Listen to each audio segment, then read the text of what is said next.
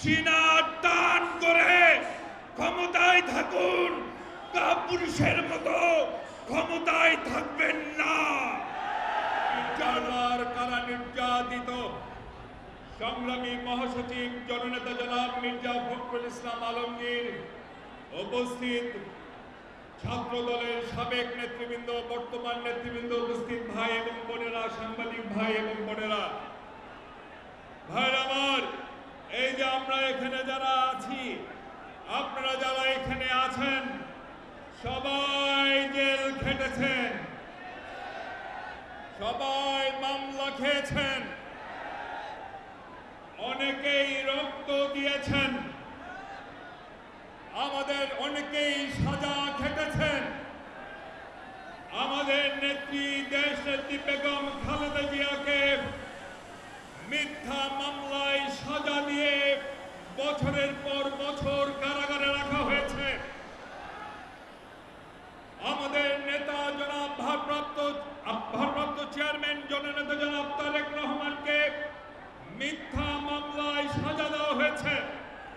ওনার স্ত্রী যিনি রাজনীতি করেন না তাকে পর্যন্ত সাজা দেওয়া হয়েছে।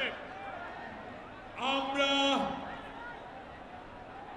ভাইরা আমার, আমরা রক্ত দিয়েছি, আমরা জীবন দিয়েছি, আমরা গুম হয়েছি।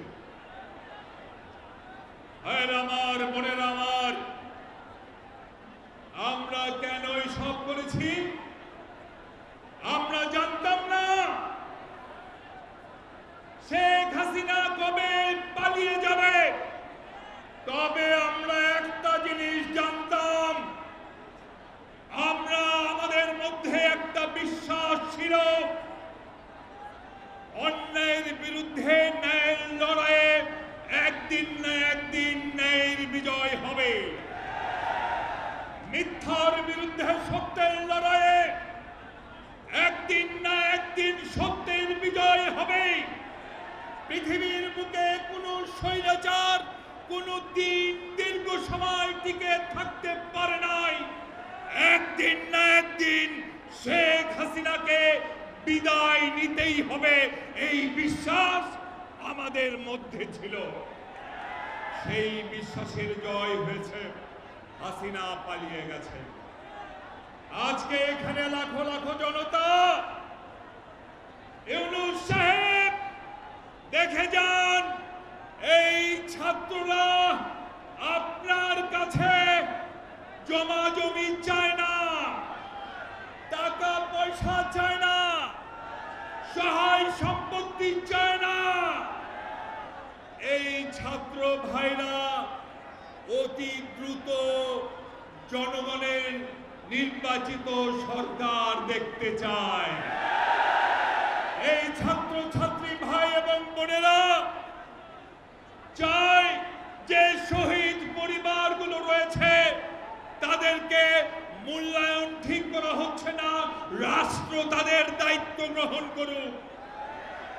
এই ছাত্র ছাত্রীরা চায় যারা আমাদের ভাইদের হত্যা করেছে, যারা আমাদের বোনদের হত্যা করেছে, যারা আমাদের গুম করেছে, তাদের বিচার বাংলাদেশের মাটিতে হতে হবে।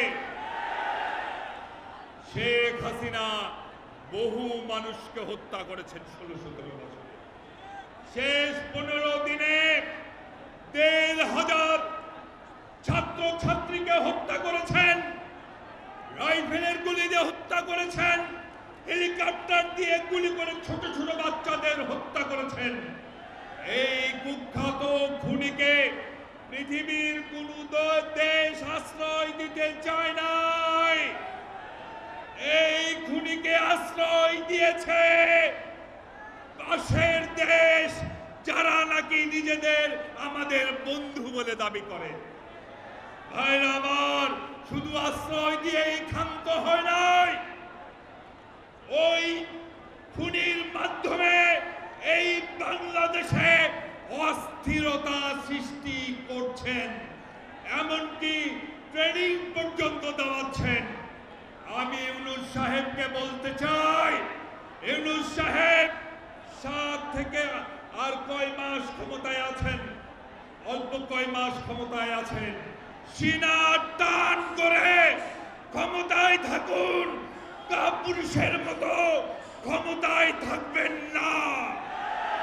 যারা বাংলাদেশে অস্থিরতা সৃষ্টি করতে চায়, বাংলাদেশের বিশৃঙ্খলাকারীদের আশ্রয় দিয়ে তাদের বিরুদ্ধে জাতিসংঘে অভিযোগ উপস্থাপন করুন এবং ওদের জানিয়ে দিন বাংলাদেশ কিন্তু আলোচনার টেবিলে স্বাধীন হয় নাই, বাংলাদেশের কিন্তু কারো করুণায় স্বাধীন হয় নাই। এই বাংলাদেশ শহীদ জিয়ার ঘোষণার মাধ্যমে লড়াই করে স্বাধীন হয়েছে। যদি প্রয়োজন হয় বারবার যুদ্ধ করব, তবু বাংলাদেশে বিদেশি দালালদের ঠিকানা আর কখনোই আমরা হতে দেব না ইনশাআল্লাহ।